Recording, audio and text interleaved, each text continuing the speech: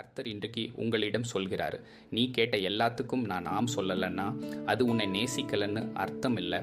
பைபிளில் ஒரு வசனம் இருக்கு, கேளுங்க. எரேமியா அதிகாரம் 29 வசனம் 11 இப்படி சொல்லியிருக்கு, நான் உங்களுக்காக நினைக்கிற நினைவுகள் சமாதானத்துக்கு ஏதுவான நினைவுகள், தீமைக்கு ஏதுவானவை அல்ல.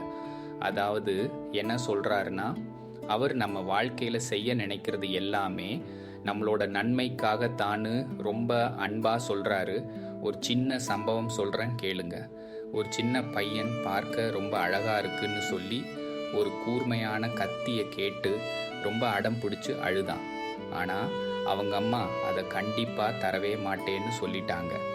அந்த குழந்தைக்கு அந்த நேரத்தில் அம்மா நம்ம மேல் அன்பா இல்லையோன்னு தோணி இருக்கலாம். ஆனால் அந்த அம்மாவுக்கு தெரியும், அந்த இல்லைங்கிற வார்த்தை அவனை ஒரு பெரிய காயத்திலிருந்து காப்பாற்றுறதுக்காக தான்னு. அதே மாதிரி தான் நம்ம வாழ்க்கையிலையும் சில நேரம் நடக்குது. சில ஜெபங்களுக்கு தேவன் உடனே பதில் கொடுக்காம இருக்கலாம். நாம் விரும்புகிற சில கதவுகளை அவர் திறக்காம இருக்கலாம். உங்களுக்கும் அப்படி தோணி இருக்கும் இல்லையா? ஆனால் அதுக்கு பின்னாடி இருக்கிற காரணம் நம்மளை தண்டிக்கிறதுக்காக இல்லை, நம்மளை பாதுகாக்கிறதுக்காக. இன்னைக்கு தேவன் உங்களுக்கு இல்லைன்னு சொல்லியிருக்கிற ஒரு விஷயம் இருக்கலாம்.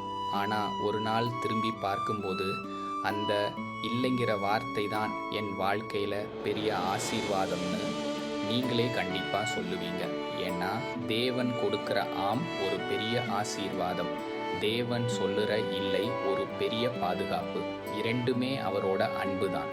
இந்த வசனம் உங்கள் மனதை தொட்டிருந்தா, இது யாருக்காவது உதவும் என்று நினைத்தா அவர்களுடன் ஷேர் பண்ணுங்க, கமெண்ட்ல ஆமேன்னு சொல்லுங்க. கர்த்தர் தாமே உங்களை ஆசீர்வதிப்பாராக.